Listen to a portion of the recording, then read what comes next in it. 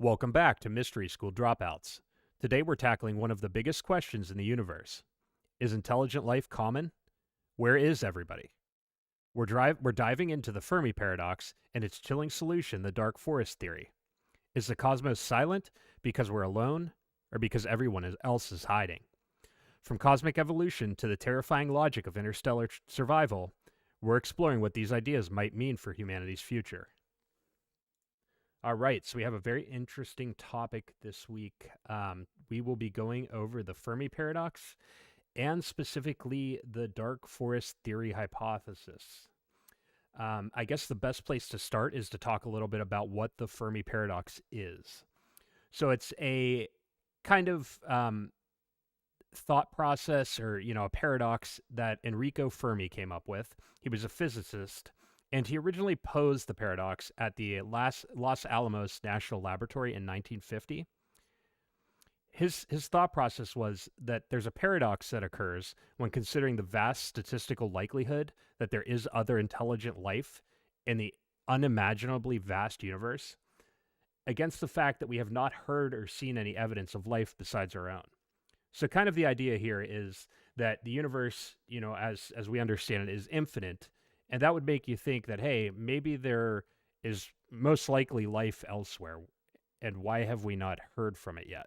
Kind of a strange question, and one that's very much at the center of the Fermi paradox here. So Fermi, along with his colleagues Edward Teller, Herbert Yoke, and Emil Konopinski, recognized that even at a conservative sublight speeds, an ambitious civilization could traverse and colonize the entire Milky Way in a period far shorter than the age of the galaxy itself.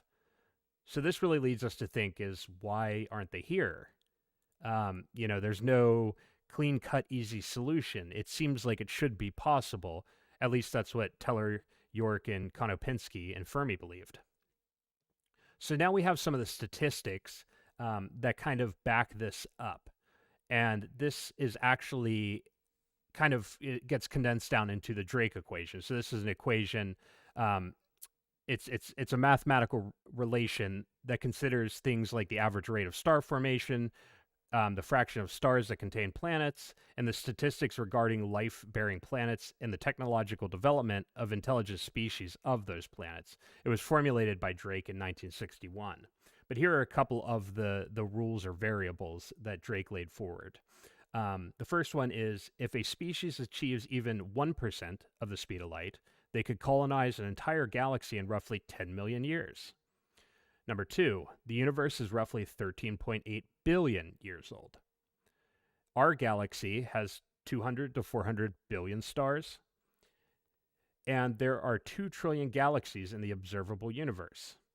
If you put all these things together, as Drake did, the conclusion is that it is statistically highly likely that other intelligent life has developed in our universe.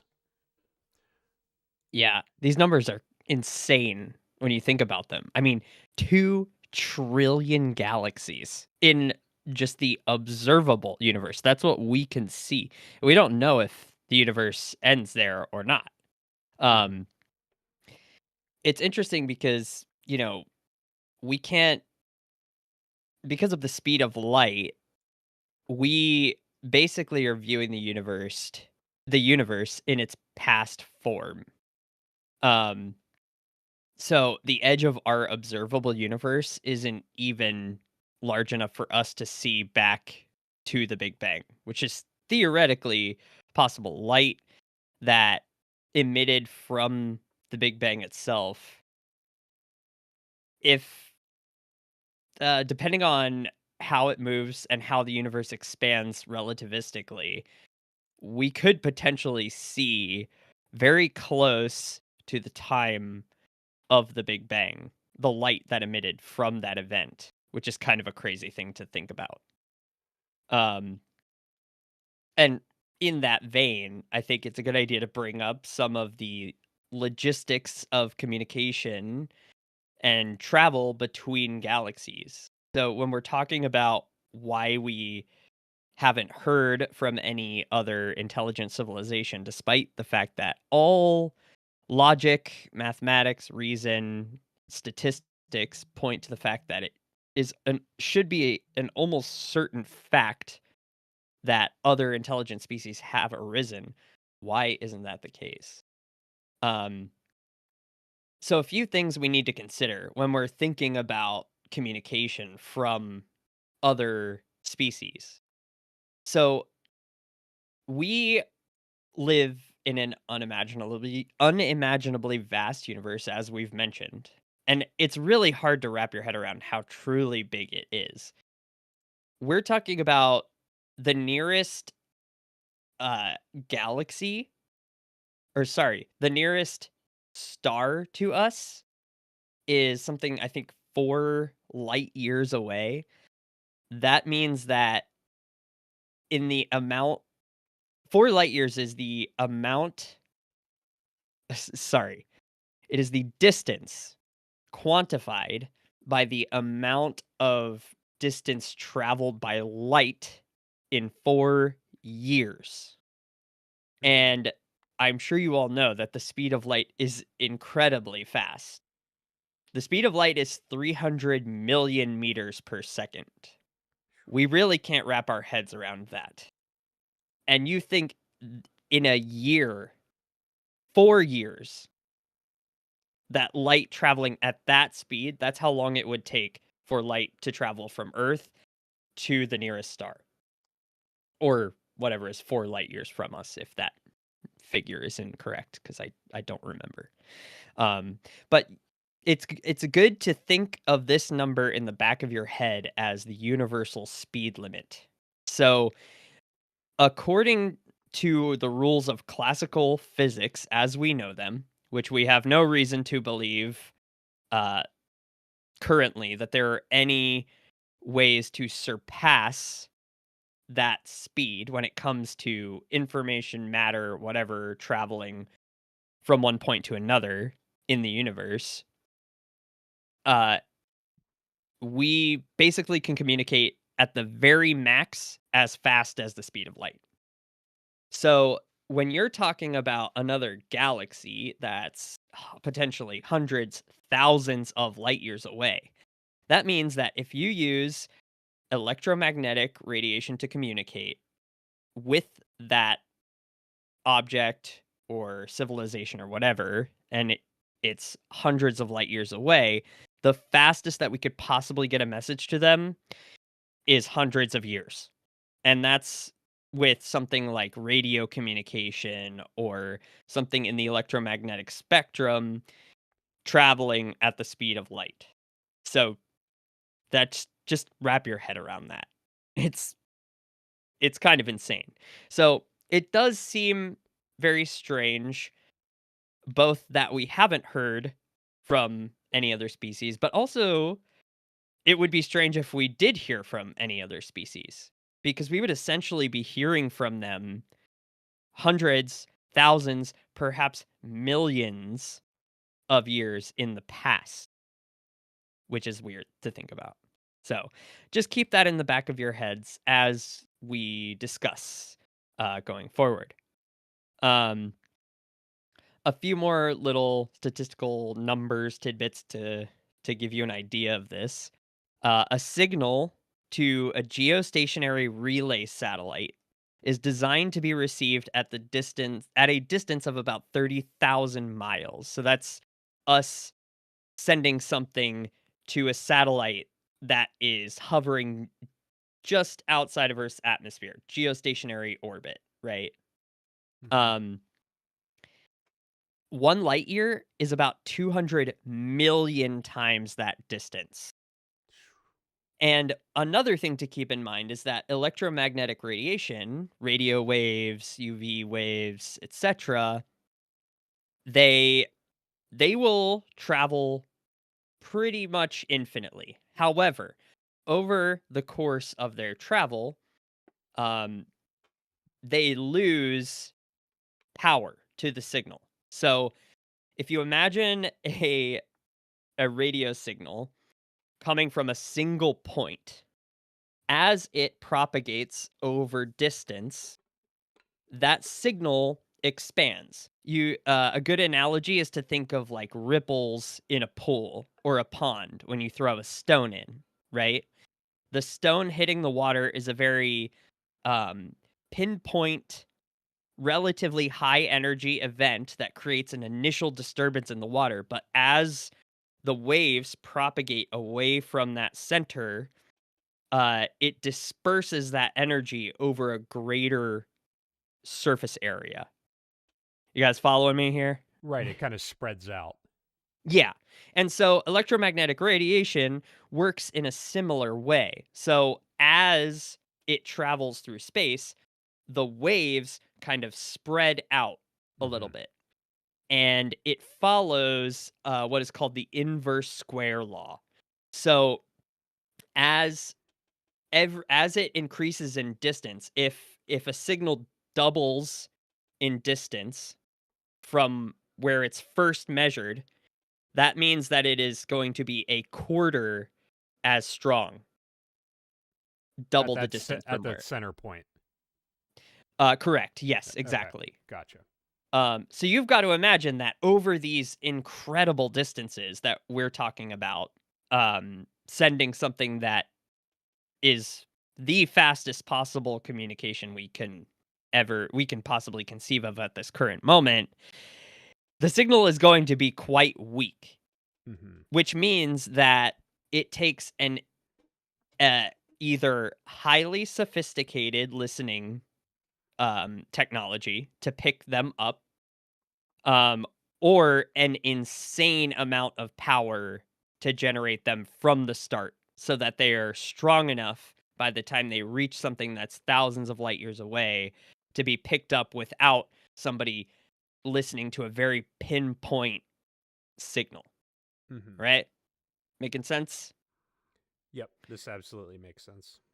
Yeah, cool. So something that is 4 light years away, if we sent a radio signal towards it, that signal would arrive there 640 quadrillion times weaker than when we originally sent it. Another Right. thing to just keep in mind about interstellar communication. Right. It's like if Um, I'm here in Maryland and you're up in New York, if I were to yell outside my window, you wouldn't hear me. But if you had if I was either loud enough or you had a sensitive enough device, you could potentially pick it up. yeah, great analogy. Okay. Yeah. So keep that in mind. One more thing to just keep in the back of your mind regarding this whole discussion is Moore's Law.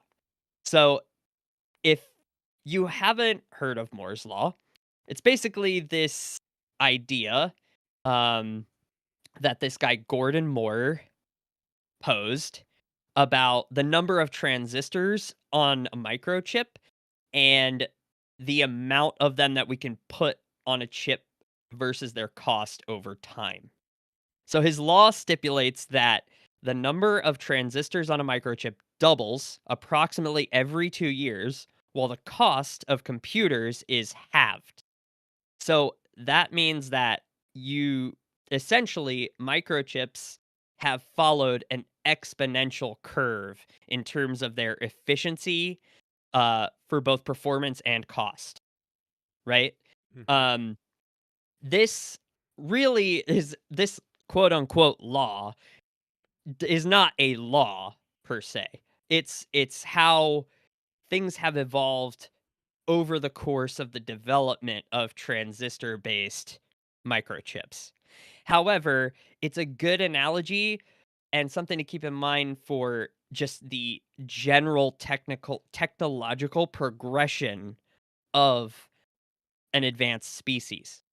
Hmm. Um, so it's kind of symbolic for the idea that civilizations working on growing their technology, understanding of physics, science, essentially, etc., will increase, and it tends to increase exponentially because a lot of technology progression in science helps further the speed of that progression, Hmm. right?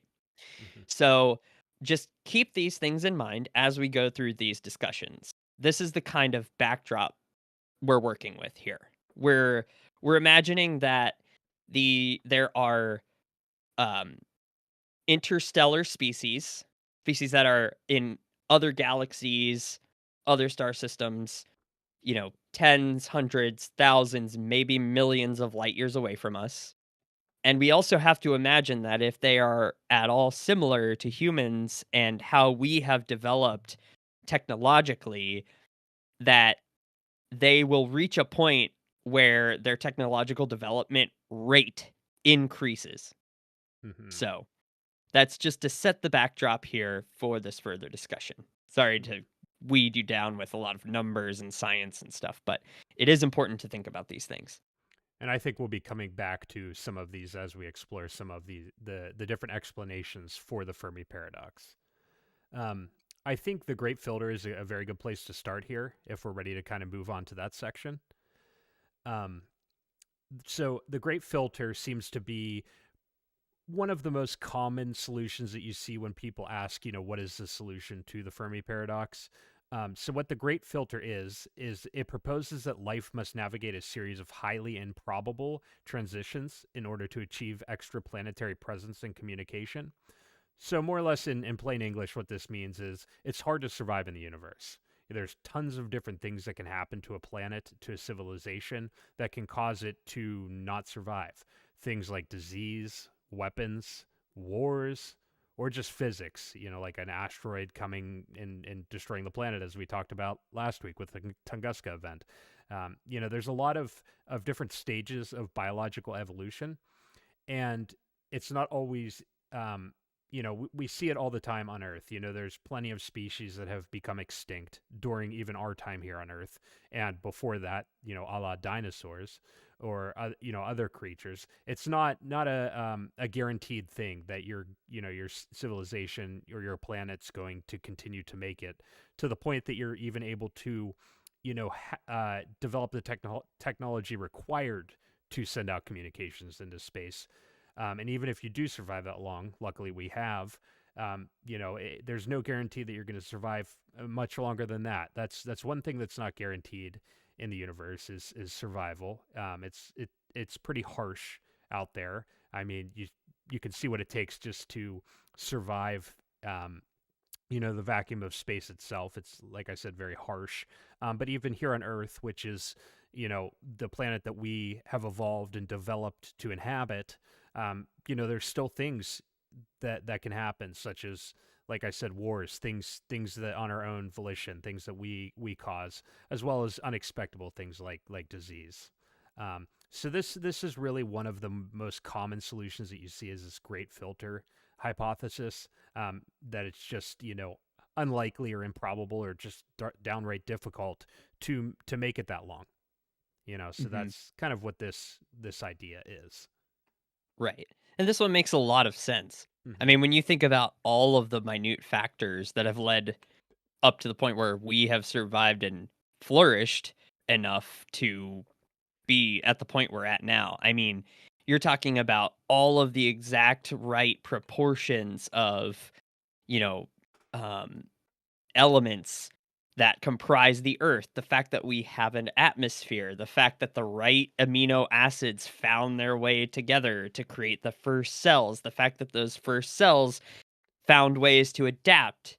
Even things like the fact I love this fact, mitochondria to power cells originally were their own independent life forms that ended up b- basically integrating with prokaryotic cells to develop the cells that we needed in order to power the kind of reproduction and processes that go into cells that make up advanced life like humans and animals.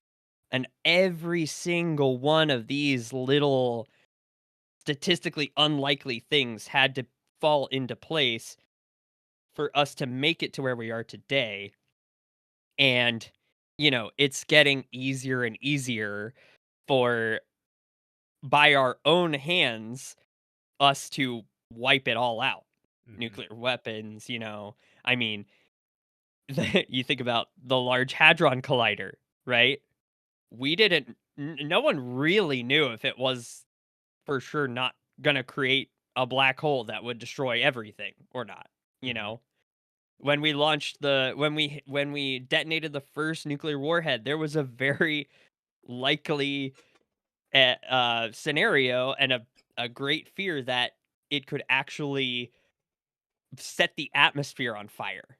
And every single one of these possibilities could have been a life-ending event on Earth. So, when you start to compound all these statistically likely and unlikelihoods, you can see why the Great Filter is a pretty logical way to justify why we may not have heard from other species, because it's it's pretty seemingly unlikely that all of these things at a civilization can both get uh have all the luck that we've had and can avoid all of the tragedy and random catastrophes that we have. Hmm.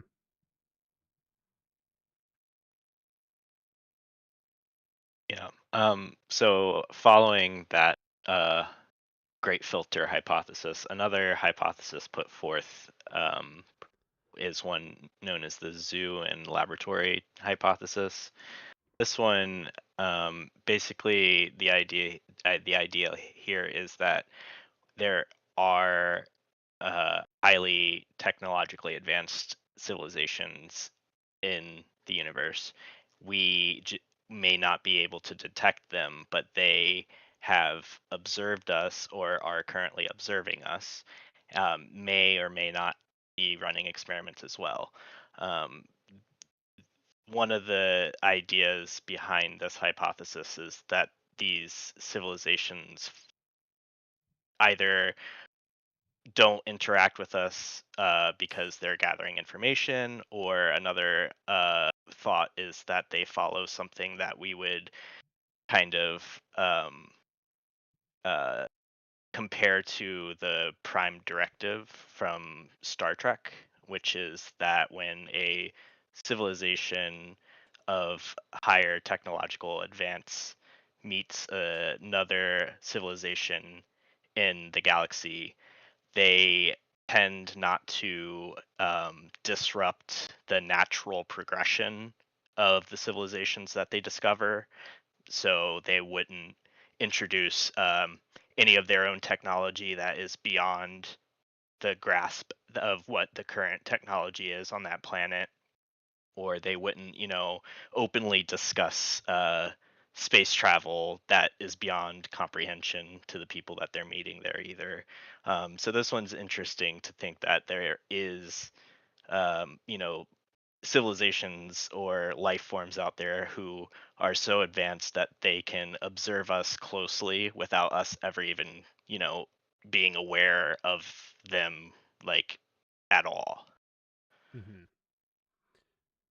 Yeah, I think this one's interesting. It really kind of puts a human lens on things. As you were going over that, Tyler, I can't help but to think of an actual zoo, or just the way that we interact with some wildlife, or even uncontacted tribes, here on our planet. It's we try not to necessarily interfere, because once you interfere with an uncontacted tribe, or animals in the wilderness, you're now you know putting out variables that could change how they develop or how they act, and at that point you've kind of poisoned the data that you're getting from that. As soon as you know show yourself, that data that you're collecting just isn't as useful anymore, because it's been tainted by your actions. So I really do like this, and I think a lot of people do, because it does put that kind of human aspect or thinking to the Fermi paradox. I'm not sure that it's the right way to look at it, or if it's even that likely, but I definitely can see why it's attractive to a lot of people. Mhm. Yeah, I like this one too. I like it because you can think of it and frame it in a way that's thinking about these um, higher level species as malevolent, ambivalent, or benevolent. So, like, we could be some sort of, you know, experiment to, let's say that there is another human-like civilization that has seeded this planet for the purpose of eventually having like an unlimited harvest of extra organs or something like that. If we're looking at it from a malevolent lens, we could have the silent observers who just don't have any real intention to ever interact with us and just are observing for um their own desires to understand the universe, but don't really care about us as a species, Mm. the ambivalent species. I've seen that one referred to as the bored alien theory, and that Mhm. they live in a utopian society and they have everything that they could ever desire, so they have no need for colonization. So they're just like, whatever. Yeah, it's interesting. I'm sure Earth would make a pretty good reality TV show for them. It could just be purely entertainment value. Yeah, I mean, geez, it's that for us It is. It already. is. It is. Yep. Yeah. And then as you guys mentioned, you have this like benevolent kind of motivation for not getting involved. That, is something like you imagine a species not kind of getting involved here for the sake of preserving our own freedom to evolve how we will by our own means. Hmm. So yeah, I like this one too. It's a lot to think about, and it also makes a lot of sense. I think that this one as like an ultimate, you know, this one it doesn't it doesn't necessarily follow that we would never hear from another species, because plausibly at some point if any one of these scenarios is occurring, at some point it's likely that we either reach a climax of the experiment or a technologically progressed point to which other species who have been holding off feel like they can get involved and contact us. Hmm. Um, Or we're I in just such great peril that they need to step in, or it's the end. You know. Right, right. So, yeah, this one would explain why we haven't heard from anybody, but it definitely does not exclude that we will ever hear from anybody. Right. Um, which I think is Yeah. another cool aspect of this. I Right. read a novel recently called Permutation City by Greg Hmm. Egan. Alex, I know you've read this Hmm. too. Great book. And I think yeah, it's fantastic. And I think it's a really great one if you're interested in thinking through more about the implications of this theory because it goes into this. There's essentially a micro universe that is created by humans, and at some point in the novel, there's a debate about interfering and getting involved in that species. And I think some of the discussion there is really well thought out, and it's um, a great piece of literature if you're interested in thinking about this more. Hmm. Yeah. So next we have the simulation theory, which, as I understand it, is just kind of. I mean, we're all basically familiar with the idea of the simulation theory, where the reality that we experience is not actually reality, but it's simply a simulation. And there's people have spent a lot of time trying to prove this, quote unquote, from like a philosophical angle. But I guess the theory is, if it is a simulation, potentially, the simulation could be created where we are the only life in the simulation. I mean, I think that's basically the idea here. I'm not a huge fan myself of simulation theory when it comes to the Fermi paradox. I feel like it's a bit of a cop out answer. Well, and I find it kind of a cop out answer in general. But I mean, it's definitely interesting. Like a lot of things do point towards the idea that potentially, you know, an advanced enough species would want to create a simulation of itself or of some type of life. to study it or for entertainment once again, or a bunch of different reasons. But yeah, I think it's kind of you know kind of I don't find it the most interesting in relation to the Fermi paradox, but I think that's basically kind of what it lays out. Yeah, I agree. I think this is the only theory that we're going to discuss that, like you said, is kind of a cop out in that it's it's a cheat code, assuming that you get rid of the idea of some sort of base physical reality, right? Like Hmm. every other theory that we're talking about is within the context of what we have observed to be physical reality. Hmm. Um, and simulation theory basically says, well, that's we're making an assumption that that is true, real, physical reality, you know. And I find it I love thinking about simulation theory as a philosophical topic and an examination of our assumptions about what we experience as reality.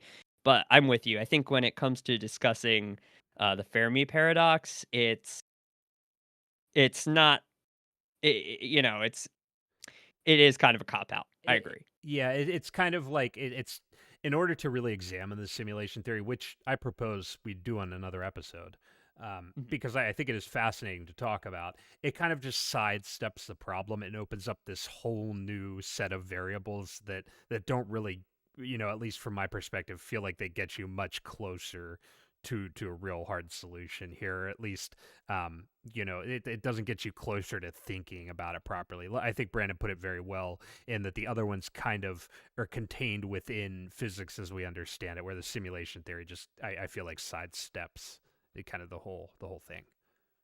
Right.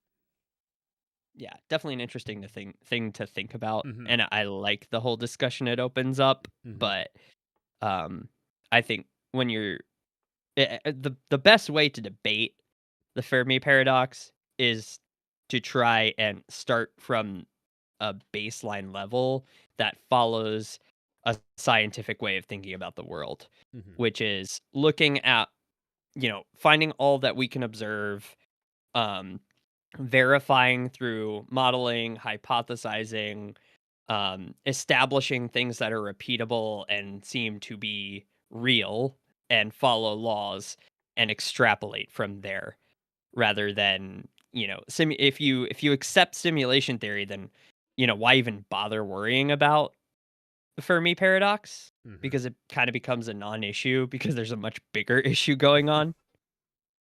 So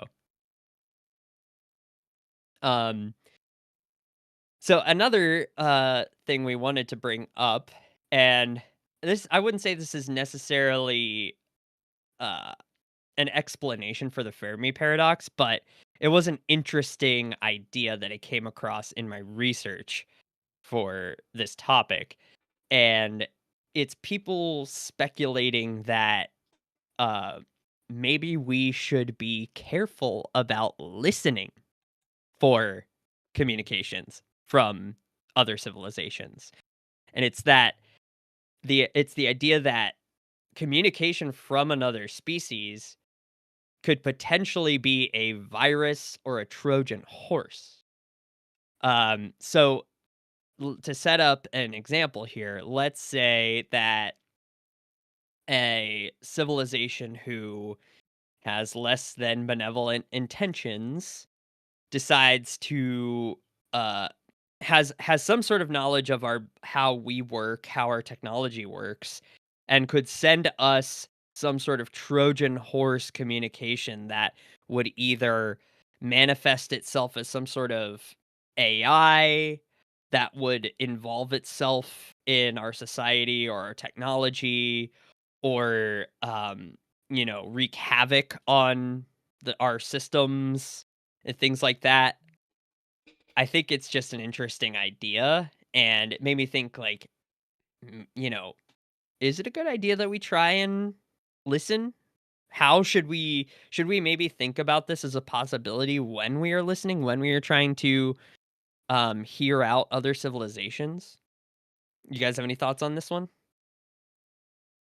I think it's a very interesting idea. I mean, we look around at, at the world as it currently is, and I'm definitely into technology and like hacking and that kind of stuff. And having some kind of message be broadcast that's you know designed as a as some type of malicious payload isn't a crazy idea. I mean, we see this all the time.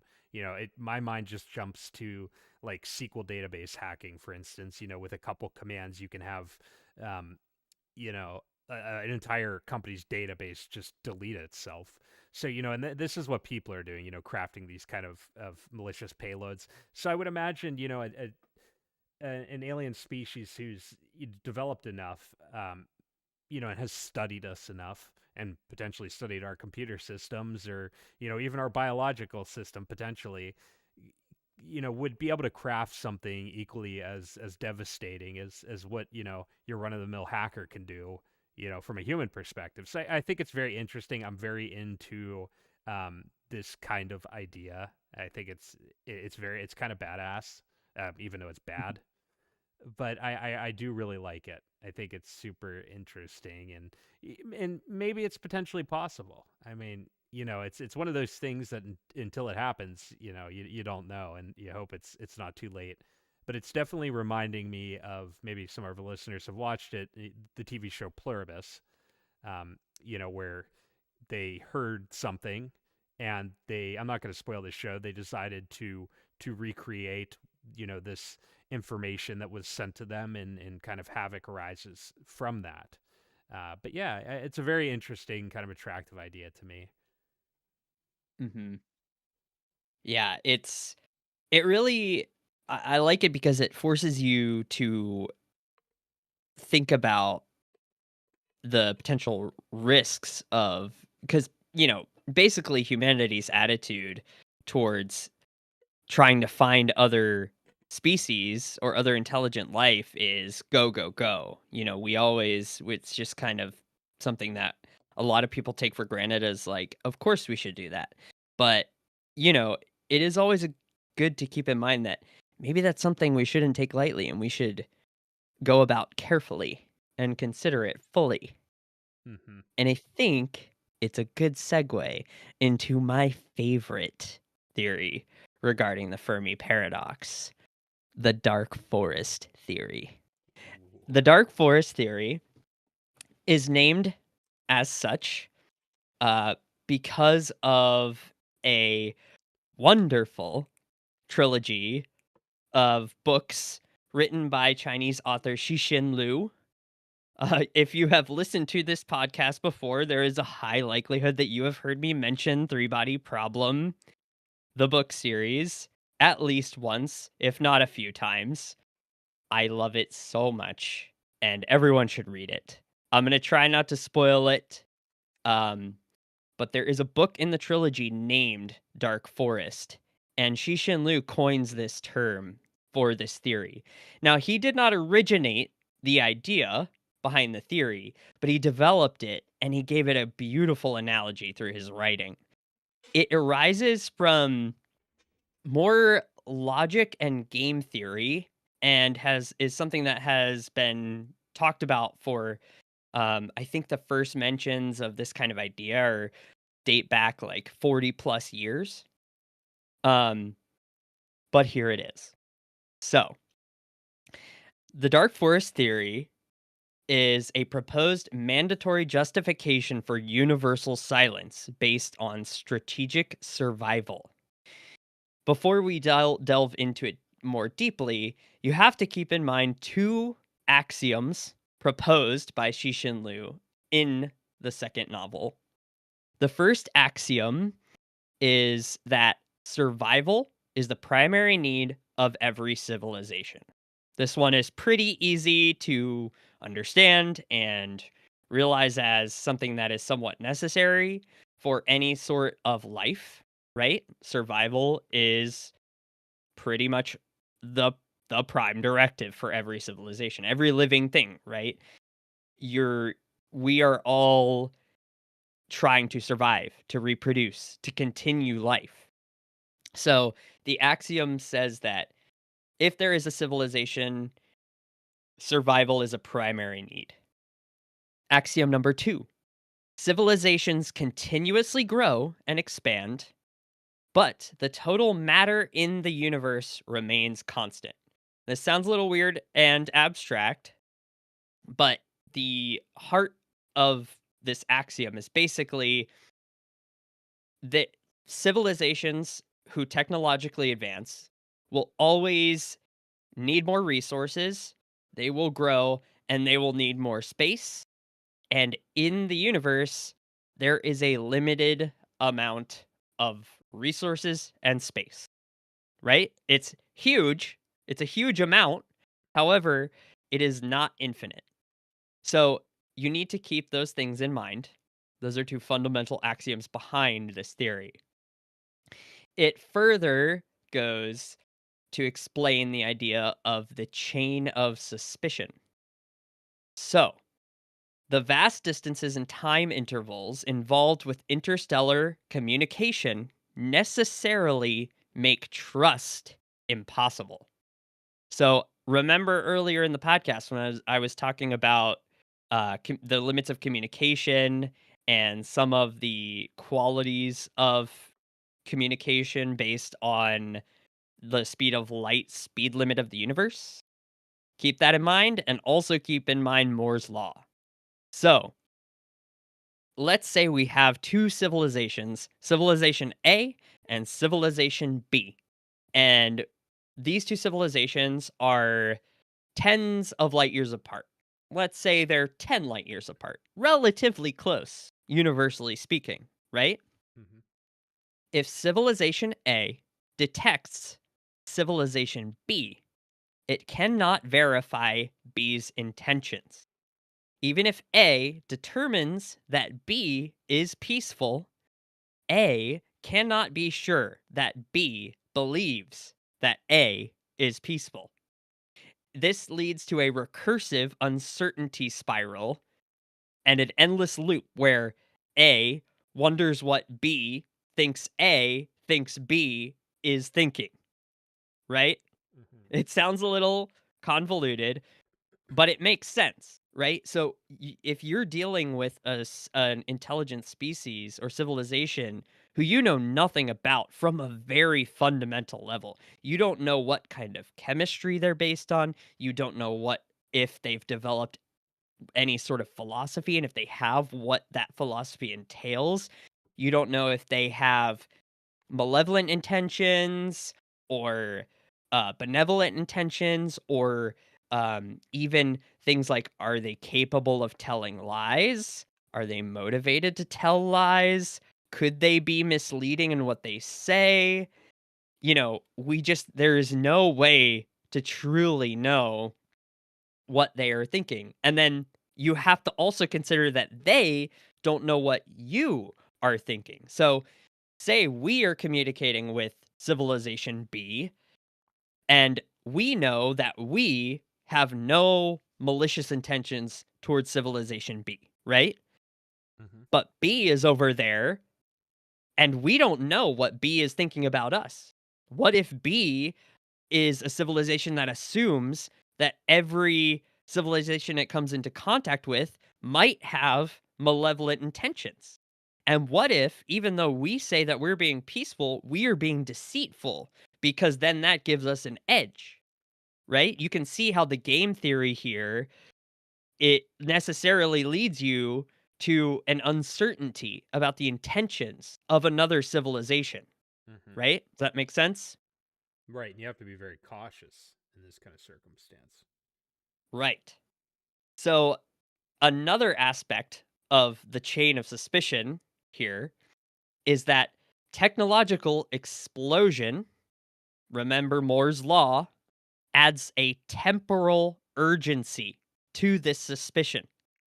So, on a cosmic scale, the progress from industrialization to advanced interstellar capability occurs in the blink of an eye, right? You just think about our development technologically.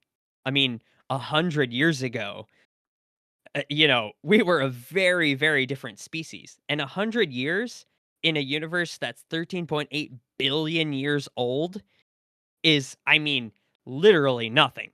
It's the blink of an eye. Less, you Mhm. know? So you have to keep this in mind that a civilization that is harmless today could undergo this technological leap and become an existential threat within a few centuries, a time frame shorter than the time it might take for a message to travel between them and us, right? So let's say we get a transmission from civilization B and they are 1,000 light years away, right? We Mhm. detect a radio transmission from them. And it's a radio transmission of, hey, oh my God, we've just discovered radio. And we have developed enough power production capability to broadcast it. And hey, we're here and we want to meet, right? That message reaches us 1,000 years later.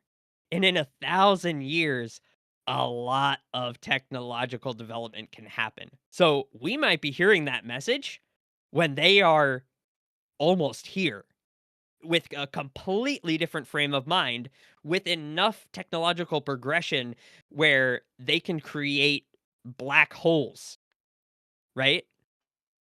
Mhm. So this is another thing that leads to this chain of suspicion. We can't Once you hear from someone, you are seeing a snapshot of what they were, and you have to imagine that unless some great filter sort of thing has occurred for them, they have expanded, they have developed, they have grown a need for more resources. They have grown a need to understand, to travel, to expand.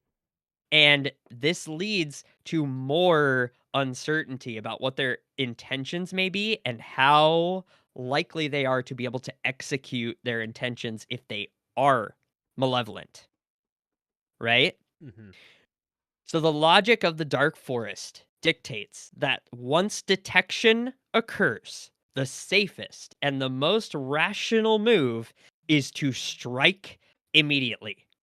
Quote unquote hide, but shoot first if found. The universe is likened to a dark forest filled with armed hunters stalking through the trees like ghosts. In this forest, other hunters are the eternal threat. Any civilization that reveals its location is drawing down the wolves and will be destroyed by a silent hunter who cannot afford the risk of a potential rival's growth. So it justifies the Fermi paradox in a very eerie way. It assumes that as as technological species grow, they inevitably, through pure logic and game theory, come to the conclusion that any communication has the potential to be existentially threatening to them. And that leads to a universe that is an eternal standoff between any intelligent life. Because anytime you pipe up and you broadcast a message out there, then all of a sudden, these species are thinking, oh God, we are getting this message at a time when they probably are already developed, they've already developed interstellar travel, whatever. Or if they haven't, they are surely on their way to do that. And we don't know what they want, what they think, their morals, their philosophy, any of that. And for our own existential security, if we can, it is our best bet to just wipe them out. Eerie. Yeah, this is a very, very scary solution to the Fermi paradox. Definitely the scariest here that we've covered. I love it. It's so good. Yeah, it's super interesting. It's super interesting. Um, yeah. Yeah, so you know, it really resonates with me just because it's so logical, right? It like it's very hard to disprove the underlying rationale Mm-hmm. here. Mm-hmm. If you are trying to survive, you have to realize that if there are other intelligent species and you put out that you are here, there's a very real chance that they could be following this logic, and it is in no interest of theirs to have you continue to exist because Mm-hmm. they don't know what you're going to do. They don't know how far you're going to develop or how far you have developed. And let's say they have whatever. They've developed some crazy quantum physics wormhole end it all beam, cosmic ray, whatever. And, why wouldn't they just send it our way and be like, okay, we don't have to worry about that anymore. Now we just stay quiet so that no other civilization does this to us and we can keep living peacefully in our own little galaxy where we know, like, we haven't hurt anybody yet and we'll just keep going. Yeah, I have a I have a couple questions for you, Brandon, about it, Hmm. about this theory. I'm trying to think how to phrase this properly. So I really like it. I think it is. I think it's really good and very thought out. But I have a little bit of a problem that I'm kind of like pulling out here. Um, so my thought process is, if so, imagine a planet sends a message, right? Hmm. And by the time it reaches, we'll say planet B from planet A, it's many light years later, right? Hmm. Now, that doesn't mean that the planet who received the message just completely stopped all technological innovation. If you believe Moore's law, it's exponential forever, right? Hmm. So I'm just wondering if both civilizations are growing exponentially, how much of a threat would the initial sender be if both are growing exponentially? Well, right. That it's a good point. Um, but the thing is, it's the uncertainty that matters because Sure. you have to plausibly, following the logic set forth in this theory, you have to believe that, yeah, they're growing, but we're also growing. But you don't know if you're going to grow at the same rate as them. You don't know where they're at already. It could be that they have gone just down a different path of technological development. Like maybe communication hasn't been important to them, but for some reason their physics is super developed, right? Like Mm-hmm. they have crazy advanced physics but haven't really cared to communicate, or maybe they discovered this way of thinking really early on and are strategically choosing to come across as Mm-hmm. less technologically developed than they actually are. Mm-hmm. And it's that uncertainty that is the problem And I because you can guess never really know. right, and I guess yeah, if you don't know if you can never really truly figure out, what their thought process is, that creates uncertainty too. Um, Right. yeah, and two, it would be hard to pinpoint just how far away they are based on a single communication. Right. So You know. yeah, And okay, you also don't know what kind of technological progression they may have in terms of their ability to annihilate. mm-hmm, mm-hmm, Like you can progress and progress, but maybe you just haven't progressed in the area that prevents you from, I don't know, high energy quark beams. Like some right, quantum physical weapon that we can't even conceive of right. I that they mean, may have stumbled upon. right. If you assume that the speed of light is like a constant and it's something immutable and it is what it is, right? Mhm. Then you would think that there would be obviously there are other areas of physics that follow the same suit. So, Moore's law, if you were to, use it in the thinking of like creating some type of interplanetary weapon system, there's going to be a hard limit on what it's capable of, right? It's not like it just keeps getting worse and worse and worse. It's like you're bound by, um, the physics at the end of the day. So Well, once, y Yes-ish. Okay. Because while I have talked about the speed of light as this constant and kind of universal limit for things, there are theories in theoretical physics and quantum physics that technically allow for things like instantaneous uh communication regardless of distance. You Like know, quantum idea like entanglement.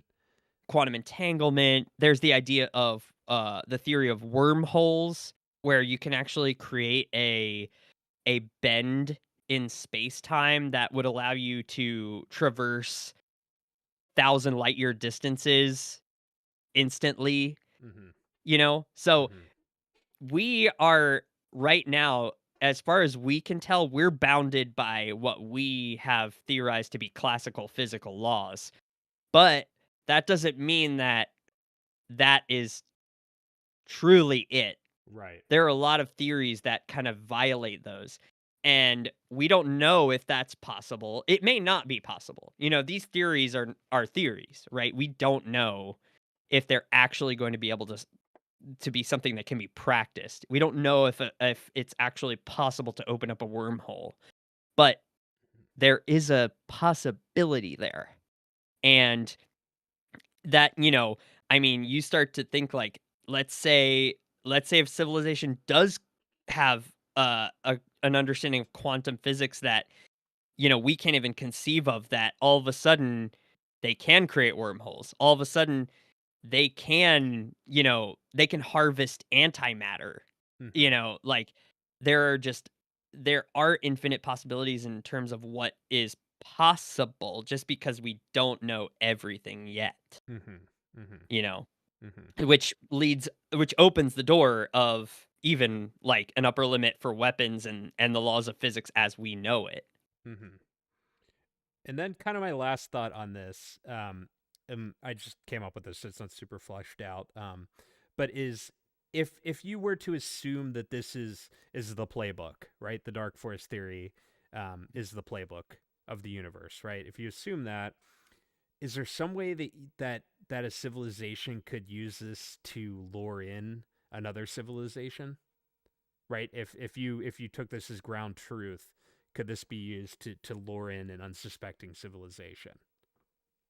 I mean, I think absolutely yes.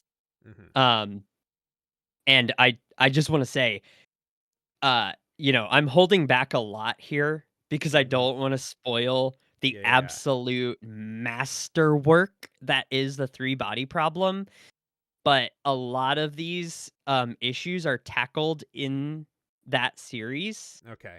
Um, I would highly recommend that everybody go read it if this sounds interesting to you, because it is the best way to analogize and think about the dark forest theory. Okay. Um, but I think absolutely that it could be a possibility. Mm-hmm. Um, you know, I right like it also follows game theory that that would be a tactical move, right? If you are adhering to this idea, then surely that could play into your advantage in many circumstances, Right. Right.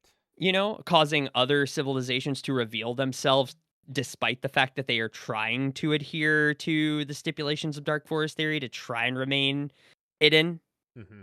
you know? Mm-hmm.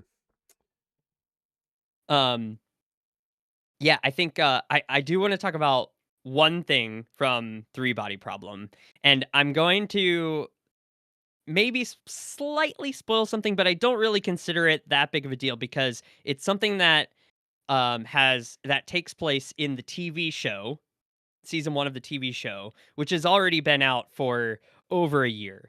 So, and it, trust me, it's not something that's going to ruin the whole series for you at all.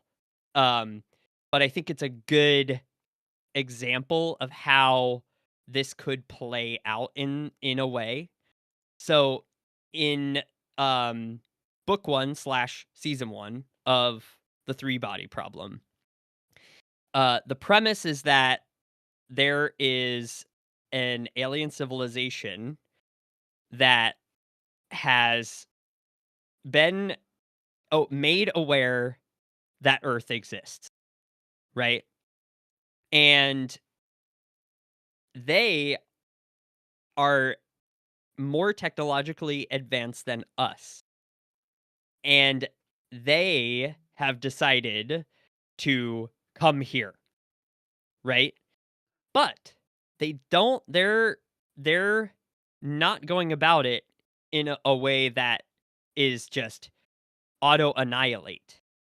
Their method of dealing with this problem with Earth is to they enact something that prevents us from technologically progressing, which I think is an interesting thing to think about. A Mhm. civilization that is advanced enough to relative to another species. And this also, I will say, they aren't super far away from us, which makes this possible because they are able to intervene before we can reach the point where we would be a real threat to them. And they basically they find a way to halt our technological progression. So you have to think about all the ways that this could play out, all the strategies here, right? It doesn't necessarily mean that every civilization has to automatically think about it like, okay, we're gonna wipe them out of existence. You know, Mhm. there are ways to influence other civilizations that make the odds more favorable for you. And so I think that's a good another good example of a way to think about this. And there are way more in that series, and I cannot stress enough how amazing it is and how enjoyable it is and how eerie it is. And if you like this idea, please go get it and read it. It's so good.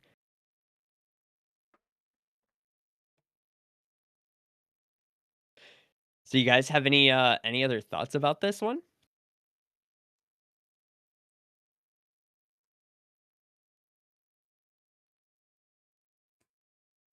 If not, then we can go to some more open-ended questions here. So the first I want to pose to you guys is, should we try and make ourselves known? Should we reach out? Should we make ourselves visible if there are other intelligent species?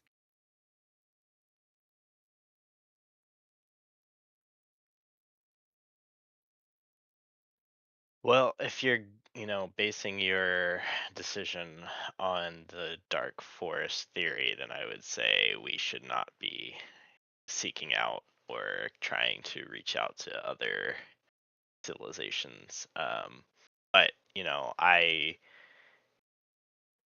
I don't know. I guess a part of me wants to believe that if a civilization has made it to like interplanetary, interstellar travel communication stage, then part of me thinks that you have to have overcome a lot of um, the things that the Great Filter calls for, such as war and animosity towards your own kind and things like that. And I think that if we're looking at civilizations that have reached this peak of their technological advancement, that they're communicating or traveling to us here from a far distance, then I would believe that they have a moral compass that would I guess what I'm saying is I choose to believe more in the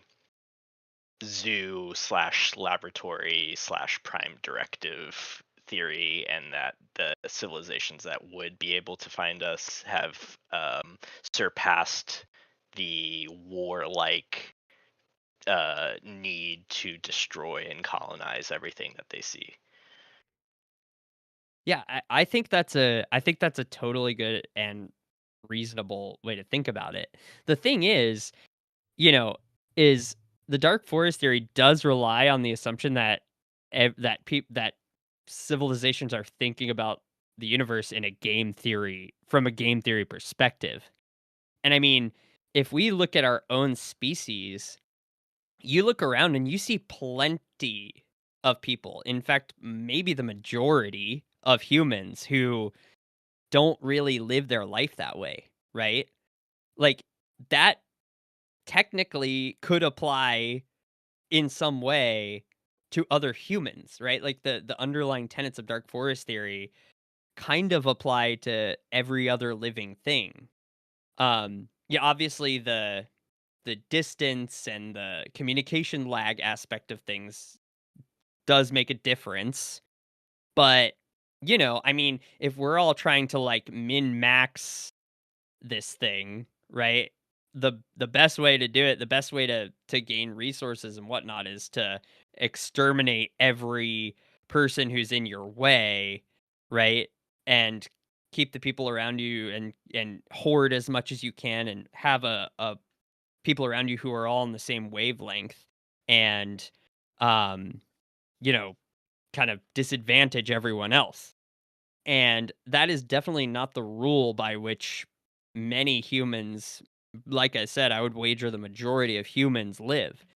So, I think it's a very fair um thought. And I also like deep down I'm with you. Like I do I do want to believe that other civilizations who do develop will also logically come to the conclusion that you know, it also makes a lot of sense to not do that, right? Like, if you can collaborate with other civilizations and you can make the wager that they're not going to just annihilate you or have malintentions towards you, then both civilizations can end up way better, right? And yeah, I mean, I think that's totally valid.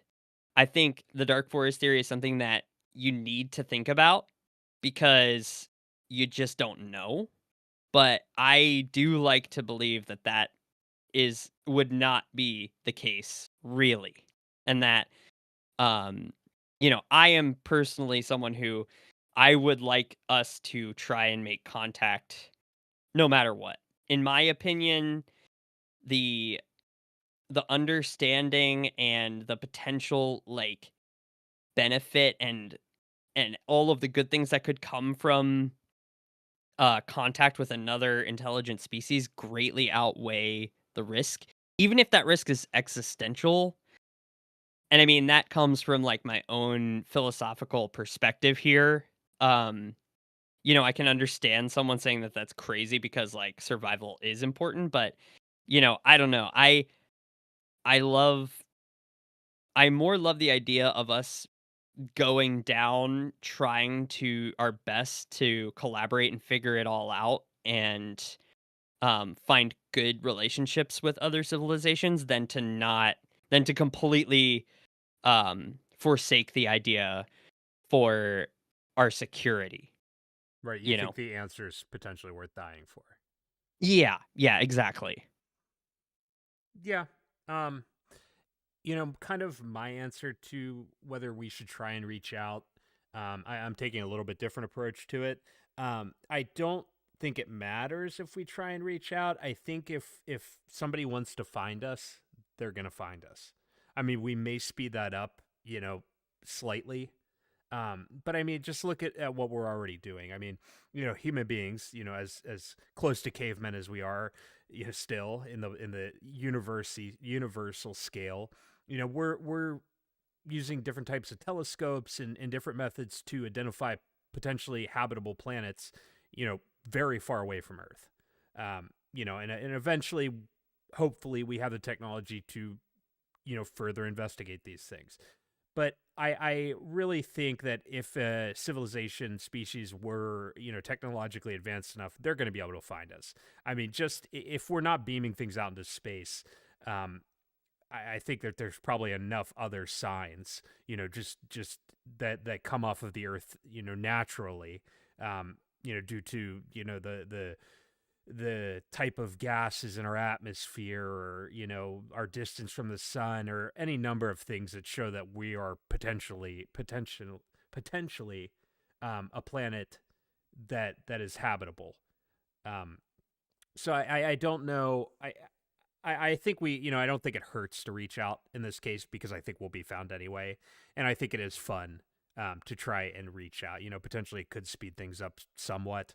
And if you can play the whole Dark Forest game, game theory game, um, and if you like truly believe that down deep down in your core, and like you lived your life by that, I don't think you'd have a very good life. you know I think it's a dark way to look at things. But I don't think we should like not do it because of that. I don't like we don't know that the Dark Forest theory is like true, or like the correct solution. So I don't think we should just stop generally. Right. Yeah, I agree with you too. Um, yeah, both very good points there. Um, so can you guys think of any flaws in Dark Forest theory? I think Alex kind of touched on some a bit ago about like the idea that if we're assuming a civilization's advancing technologically, then we as civilization would also be advancing technologically. Um, Also, the idea that we just discussed about, you know, we're assuming that other civilizations are going about this the same way, and if we assume more optimistically that there's civilizations out there that are morally driven, that are looking to find ways to better themselves and the galaxy that they live in, then the dark forest theory doesn't really hold true anymore.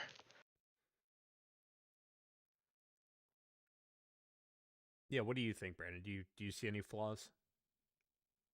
I mean, the thing is, I I don't I kind of don't. Mm-hmm.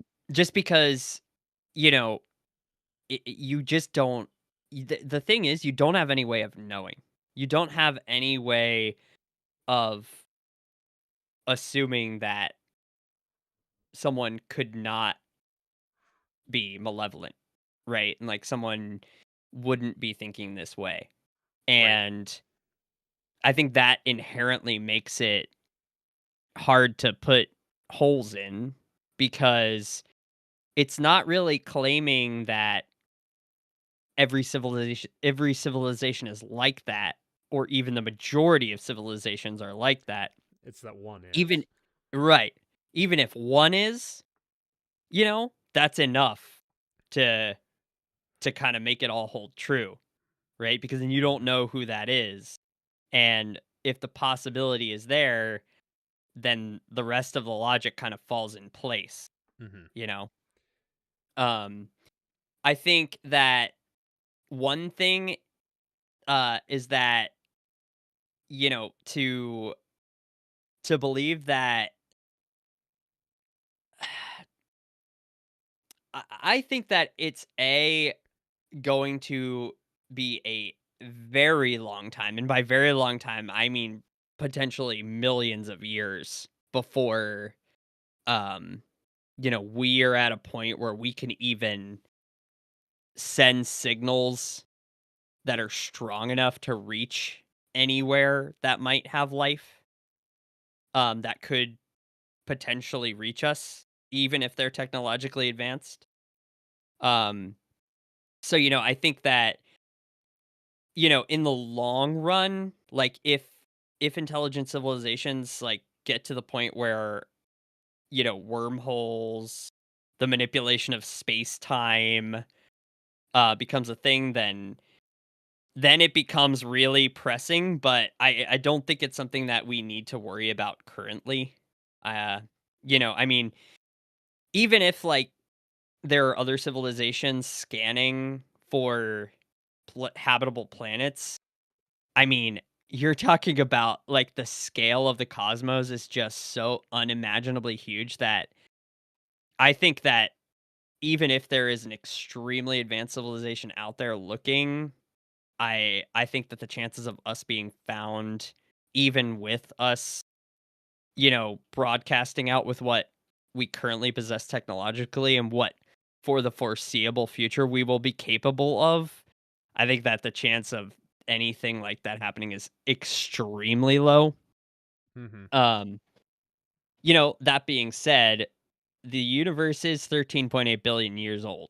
And, by the calculations that, they theorized in for the Drake equation and what Fermi was talking about, you know, the amount of time that it would take, like, let's say that there's a civilization out there who started evolving, you know, 10 million years before us, right? And to think that, you know, let's say that they reached the point that we're at now 10 million years ago, you know? Mm-hmm. Mm-hmm.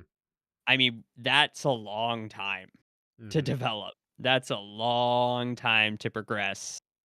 And who knows? Um, but I mean, ultimately, I think that this will hold true at some point.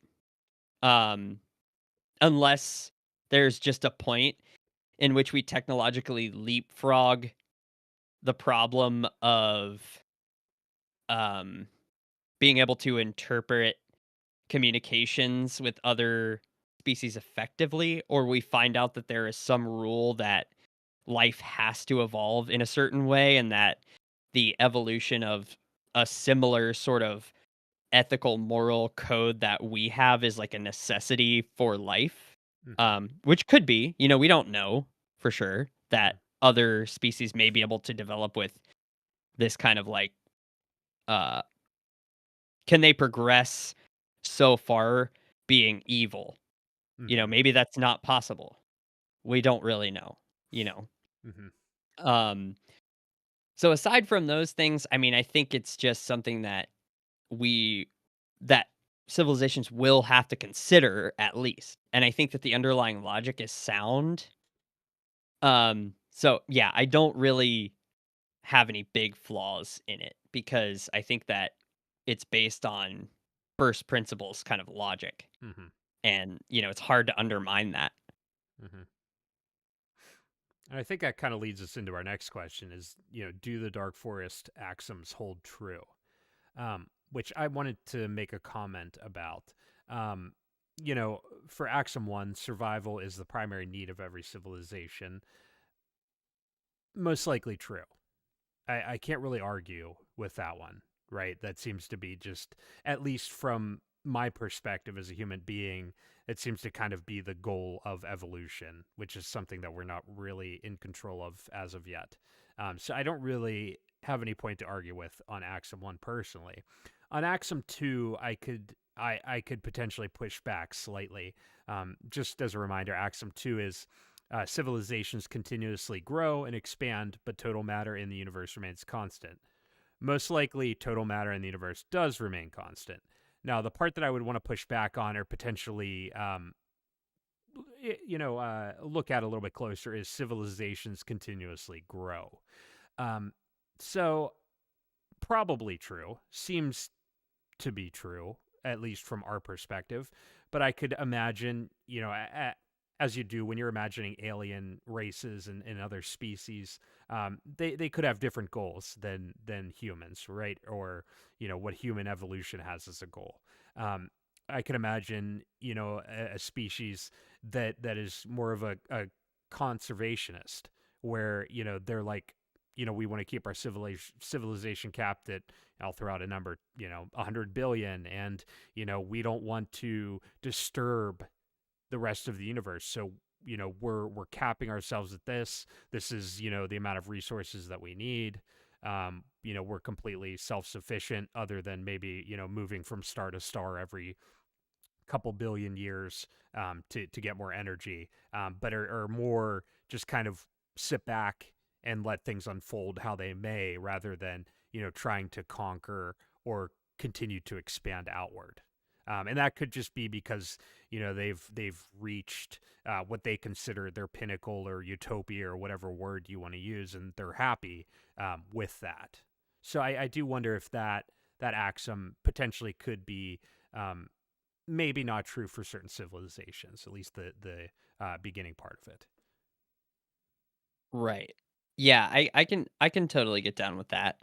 I think the thing though that kind of makes it a moot point is that while that even if that's the majority of civilizations, if there are civilizations that hold to that axiom, which I think you you kind of have to assume that that is a possibility, then it once again kicks dark forest theory back into effect, right? Just Sure. because just because there are some civilizations that may not think that way doesn't mean that there aren't any that think that way. And even if there are a few, with enough time, you know, expansion means expansion, right?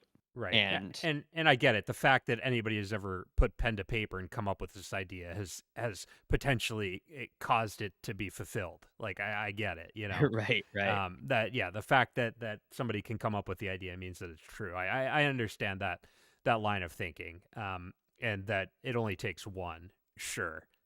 Mhm. Absolutely. But I was just commenting more on the basic axiom. I don't think that it's potentially always true, you know. Right, But right. the fact that we can think about it means that in an infinite universe, it probably is true on some occasion. I do think does support the dark forest theory. Right. Yeah, I understand what you're saying. And yeah, I agree. I agree with you.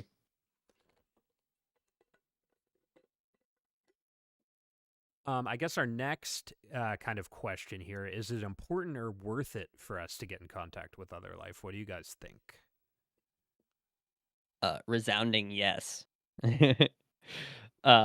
Yeah, despite all this dark forest theorying that I have been expounding about, I've also said like I think it's well worth the risk. I mean, just understanding that the experience of other life, um, and what they have how they have thought about life, the ideas that they've come to the conclusions for, um, ultimately, can help us understand more about our existence. And I think that is the most important thing. And um I think it's totally worth it even in the face of this risk or these risks.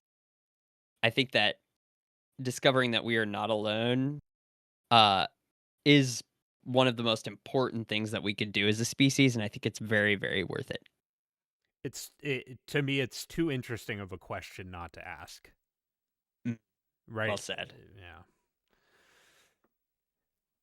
Yeah, I'd have to agree. I think there's just no alternative. Like the if we just have to know. Like as a humankind, like it's in our DNA to be curious and always searching for an answer, and just thinking about like the Fermi paradox and like the evidence or the mathematical reasoning that there's civilizations out there, it just leaves us as a humankind to always be looking and always be searching.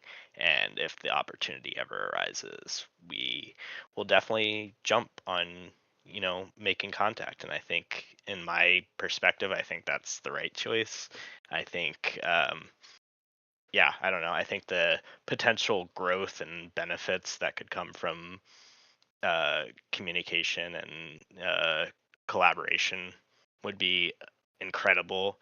I would be excited. Even, like, even worst case scenario, they are coming and like their sole purpose is to destroy us and wipe everything on our planet out.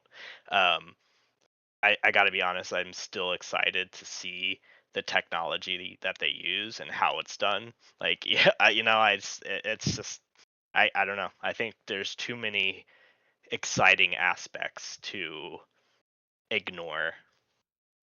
Mm-hmm. Yeah, couldn't agree Yeah. with you guys more. Yep. Is it too late? Can we Is it too late for us to opt out of our participation in this idea of dark forest theory?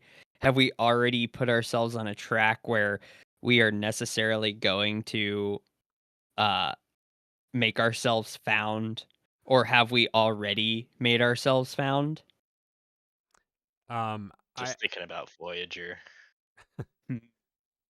Voyager just sent out to space, and one day someone's gonna find it. It's gonna be just like a bunch of music and communication that they'll have no idea how to decipher, but they'll either love the music and be like, okay, these guys are chill, or like just like think this is garbage and just think, okay, yeah, we gotta wipe this out. they find it, they just throw it on the stack of other discs that they have that they've never listened to. They're like, yeah, another one, another The mix. Interstellar record Oh. company. I think it is too late though to answer the question. I think it's definitely too late. But that doesn't mean that if we, collectively as a species decided that this, the dark forest theory was what we believed, it's not too late to take our foot off the gas. But it is too late to completely undo what we've done. There's no takesy backsies here, right? What we put out into the universe is out there. But we don't have to keep our foot on the gas. That's our decision. Right. I mean, I think, considering the things we were talking about earlier about how, you know, um, the kinds of communication that we are capable of now, how weak it is relatively, I think that I don't think that we have doomed ourselves by making sure that another civilization will pick up on any communication that we have put out there. But I do think that the trajectory that we're on is unavoidable. And that as long as we survive as a species long enough, we will make ourselves known if there are those to whom we can be made known. I think it's not something that humans will stop. Even if the majority of people don't want that to happen and try and make it stop, I just don't think that you can make that a rule for all humans, and there will be people no matter what who will try and make us found and make us noticed. So yeah, I think it's too late. And I want to push back a little bit, Brandon. You say that our radio communications that we've sent out are weak, but that for you to say that means that they won't hear us is making an assumption that their equipment is not sensitive enough to pick us up. If there's a civilization that's millions and millions of years advanced of ours, what we're thinking is of weak radio signals might actually be stronger than we really believe or think. Yeah, I guess that is true. That is true. That's valid. Um, yeah, I mean, especially, I mean, if we're thinking about the world based on the tenets of dark forest theory, it seems to be necessary that there could very well be civilizations developed enough to pick up on things that we think might be unreadable Right. with our current technology. So yeah, I can totally get down with that. I agree. And I mean, just look at the development of radio just in this world, from like the days of like, AM or shortwave or long wave to now we have like Bluetooth communications. I mean, maybe not that much different like in the universal scale, but I mean, seemingly pretty different, right? Like Mhm. very advanced. So yeah, I don't know. Yeah, you're right. You're right. So okay, let's say that tomorrow we hear from someone, and whether or not it's an intentional communication for us, let's say we become aware that there is something out there that we can evaluate as intelligent life. Should we intervene if we can? Should we contact them? Should we like, let's say, or even let's say that, we come across like what Star Trek would consider a prime directive sort of situation where we find alien life that is not as advanced as we are. Will we be the zookeepers? will we be the ones to remain uninvolved, or should we get involved? I have a hard time believing we'd be able to keep our distance. I just based on, you know, the actions of humankind. I mean, Alex did bring up earlier, the idea of like tribes like that have been uncontacted tribes that we have left alone. But it wasn't that long ago that humankind's would have just ran in and either subjugated or killed or converted them to Christianity and thus saving them. So I think if we did find another civilization in space that was less advanced, less technologically advanced, or what we would consider less civilized, then I don't know. Maybe the old days would come back, and we would kind of feel it's our, uh, you know, destiny or prerogative to go and take the land or teach the people the correct ways of living, or that I don't know. Maybe we've moved past that, but I think if we found a whole world inhabited by people that were deemed lesser intelligent wise, and I think we'd probably intervene. Yeah, I agree. I think we would for sure. Should we? That's a more difficult question. I think if we knew they were less technologically advanced than us, then dark forest theory isn't really an issue. Like I said, if we knew that they weren't, so potentially we could potentially help them out, and I don't know. It would be very interesting, right? We may learn a lot about evolution, about biology, about science in general, from intervening. So I think it may be worth it. Um, but yeah, I mean, you definitely have to. I think it's something you really have to sit down and ponder upon. You don't just want to jump into this because once again, you can't take it back. Once you intervene, you have done it. Um, but yeah, my gut's telling me I think it would probably be worth it for us to do so. I don't know, but I do agree with Tyler. I think that we absolutely 100% will. Yeah. I mean, I agree. I don't necessarily know that I think it would be some sort of malicious thing, but I just don't think that we could keep away from even, like even from us just needing to understand, right? Mm-hmm. Like from a completely non sort of like colonialist sort of perspective. I just think that if we did find it to be out there, we would want to get involved in some way, to study it, to communicate, whatever. Um, should we?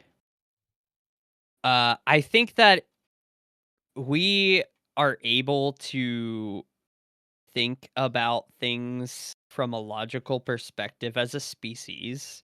And I think that we could make the decision depending on the case. Like, I think that, you know, it would be a tactical thing no matter how we did it. There would be people kind of trying to put the brakes on and make sure that, if it was a species that, we felt that we could help, like, is it okay? Is it good for us to help them? We would be weighing the pros and cons of that. But ultimately, I don't think that we would keep our hands off completely.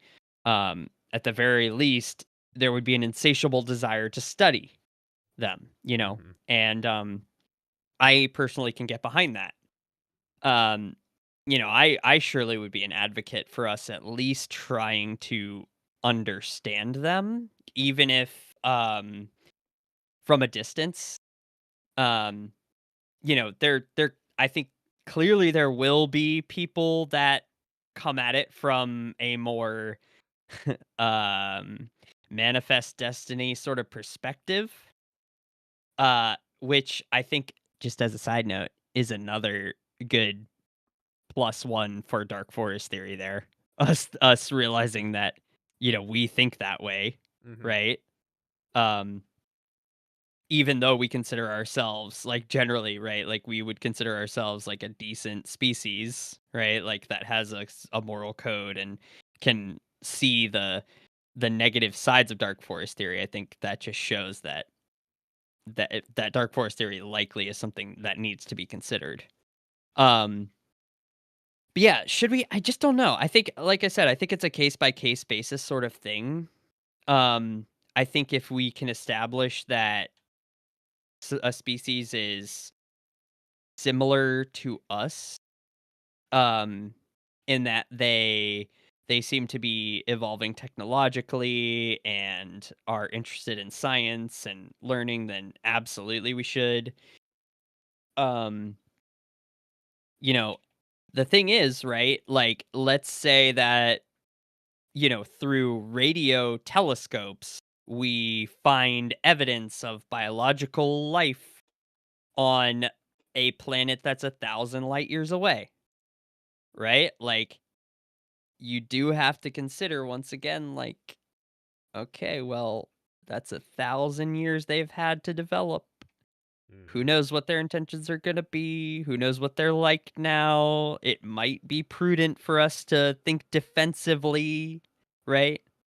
Um, so, you know, and in that case, who knows? Let's say, we do decide, okay, we found this 1,000 light year away planet that is showing atmospheric signs of life. Let's shoot a communication to them, and it's going to take another 1,000 years for it to get to them. And 1,000 years later, they get the message, and they're already like a super advanced society. And is it right that we should have intervened? Then they send a, you know, interdimensional antimatter whatever to wipe us out. I don't know.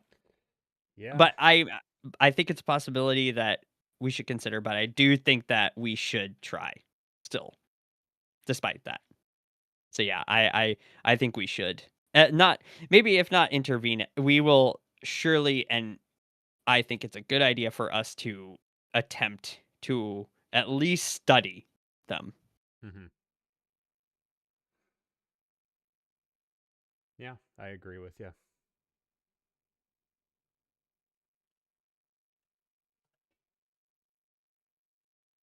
All right. Anything else you guys want to any thoughts? Any other comments about all this? I just Um, hope I'm alive when it mm, happens.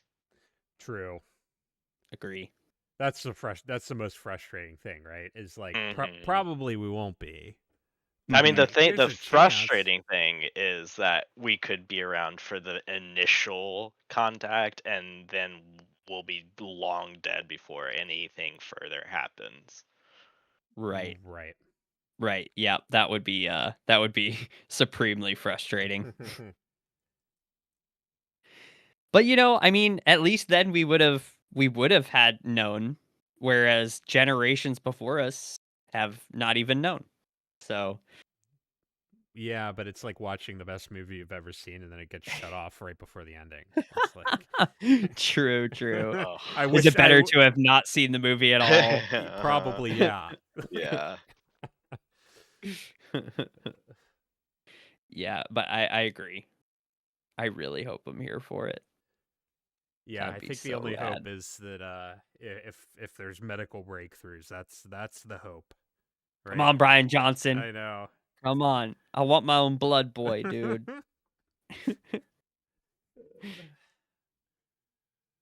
But yeah, I don't have anything else. I think it's very interesting, Brandon. I think I've been convinced to read Three Body Problem. Yeah. So That's the real goal of I this You know, know. I've discussion. heard that you only really have to read the first one to get the whole idea Oh of it. Okay, god. I might do Yeah. that. Oh Yeah. We'll Don't Jesus, don't help see. read me. all of them. Yeah, 3 books is a lot of books. So Oh my! You man. guys talked about this scenario about fucking dying before the real stuff gets good. That's the Dude. ultimate. You want to live that? Read the first book and then don't read anything else. You'll experience it. Oh, seriously though, and I hope anybody who listens to this podcast who is even remotely interested in these topics, please, for the love of God, read that series. I mean, it is the best thought experiment around all of these ideas that I have ever come across. And I have not been able to stop thinking about it since I read it, like, 2 years ago. Um, it will really paint an amazing picture for you of what the implications of contact with other species could be, and it will just you will go down so many roads, and it will give you endless um things to think about. It's fantastic. It's enjoyable all the way through. Please read it. This show not sponsored by Three Body Problems. Yeah. But hey, Shishin Lu, if you're out there, we're open to it, or at least I am. Also, I love you. But yeah, fun discussion, guys. I think, there's some heavy stuff here, right? If you let your mind kind of spiral down the dark parts of all this, but I would just hope that people can realize that, really, if it all is this kind of darkness, there's nothing we can do about it, and we don't have to let it the the kind of anxiety or fear of it lead our lives. And um I think it's a good idea for us as humans to forsake that way of thinking and charge ahead courageously, because I think that the potential benefits of contacting others is well worth the risk, in my opinion. yeah. Well put. Cool. All right. Well, thank you guys very much for this discussion. It was very enjoyable. Thank you to our listeners. I hope you enjoyed it as well, and I hope it's given you a lot of things to think about. And we hope you join us for the next episode of